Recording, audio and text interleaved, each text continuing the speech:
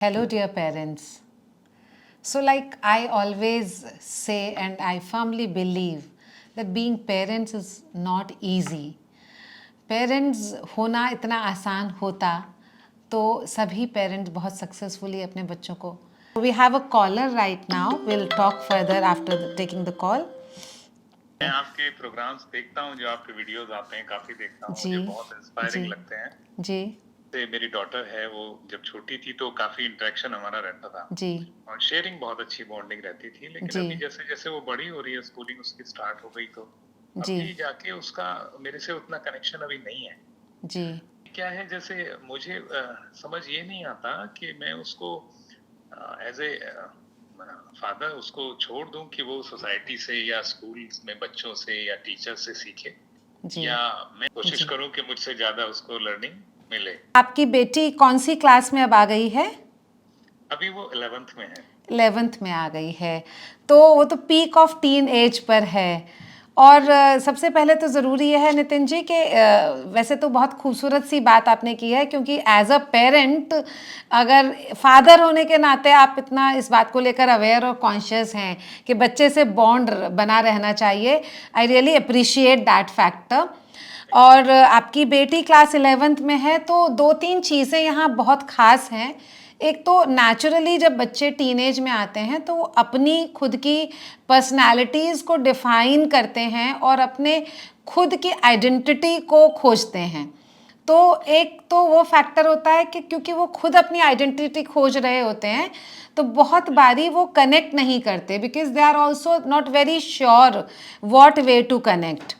Secondly है कि वो 11th में है। सो जब बच्चा क्लास 10 पास कर लेता है, 11th में आने के बाद बच्चे को अपने करियर और फ्यूचर को लेकर भी बहुत सारे प्रश्न मन में उठते रहते हैं कि मुझे क्या करना है। और many times they fair judgement कि अगर मैं अपने पेरेंट्स से ये वाली बात करूं तो कहीं पेरेंट्स को उनकी एस्पिरेशन से मेरे थॉट्स नहीं मैच कर रहे होंगे, तो मेरे पेरेंट्स अपसेट तो नहीं हो जाएंगे। और पर्टिकुलरली डैड्स के साथ ये आती है प्रॉब्लम, क्योंकि एज फादर्स हम लोग रोज़ाना नहीं बात करते हैं या कम इंटरेक्शन बच्चों से होता है। और आपने जैसे बताया कि आपकी बेटी का आपसे बहुत अच्छा बॉन्ड रहा है, जो बॉन्ड अफेक्शन के साथ ना एक ट्रस्ट फैक्टर भी ऐड हो जाता है।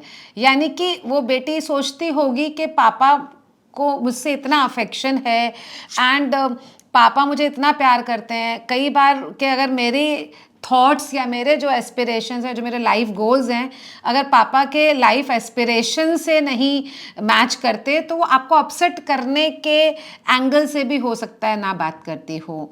तो ये चीज़ें जो कुछ फैक्टर्स हो सकते हैं जो कि एक डिस्कनेक्ट हो सकता है आप दोनों के बीच में आ रहा हो।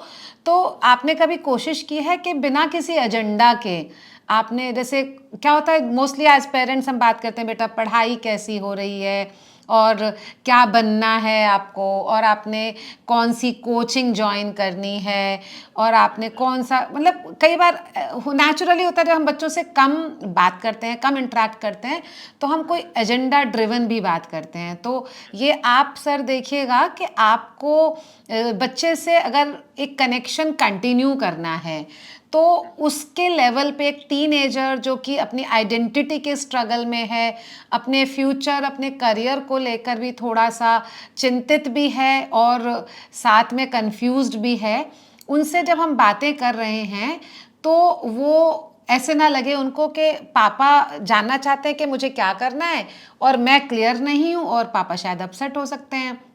तो उनके लेवल पे आकर हमको उनसे कनेक्ट करना होगा, क्योंकि बच्चे शेयर तभी करते हैं जब वो कंफर्टेबल फील करते हैं, वो सेफ फील करते हैं। और ये सेफ्टी आपको अभी रिलेशन में धीरे धीरे बिल्ड करनी होगी।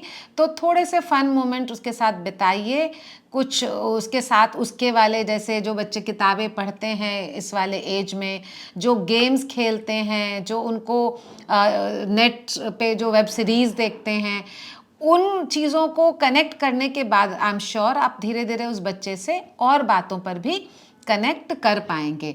और हमेशा जब भी आप बच्चे को अप्रोच करें तो बिल्कुल काम मेंटेन करें, थोड़ा डीप ब्रीदिंग करके, क्योंकि जब हमारा कभी कम बातें होती हैं तो कई बार हम भी थोड़े अनकंफर्टेबल होते हैं कि मैं कैसे बात करूं कि बच्चा रिस्पॉन्ड करे। और बहुत बारी टीनेजर्स में पर्टिकुलरली ऐसा होता है कि वो किसी बात को उनके अपने थॉट प्रोसेस में होते हैं तो नहीं भी रिस्पॉन्ड करते, वो हमें इरिटेट ना करें, मतलब हम इरिटेट ना हो कि बच्चा जैसे रेसिप्रोकेट नहीं कर रहा है। तो parenting is all about patience. So P for parent and P for patience. So parent को पेशेंट होना बहुत ज़रूरी है। आई एम श्योर आप इन टिप्स से अगर बच्चे को अप्रोच करेंगे so sooner or later, very soon the child will respond and you first build a correct connection. कोई भी बात को लेके मतलब करेक्शन करने में बहुत जल्दबाजी ना करें। जब कनेक्शन बिल्ड हो जाए तभी उसके बिहेवियर में या उसके थिंकिंग में या उसके पैटर्न्स में या उसके एस्पिरेशंस में आप करेक्शन कर सकते हैं। नितिन जी बहुत अच्छा आपने जी एक्सप्लेन किया इसको। जी मैं ट्राई करूंगा, पूरा एफर्ट करूंगा। जी। देखते और हैं, मुझे बताइएगा भी कि वापस आपको कनेक्ट होगा बच्चे को डेफिनेटली। कैसे लगा, मतलब कैसे रिस्पॉन्ड बच्चे ने किया आपने जब ये चेंजेस लाए। Definitely I thank you share. So much for connecting Nitin ji. Thank you ma'am, keep thank you so connected, much. Keep connected with us. Thank you so thank much. You, thank you. So देखा आपने parents के ये हम लोग generally सोचते हैं कि mother's ही parenting में स्ट्रगल करते हैं।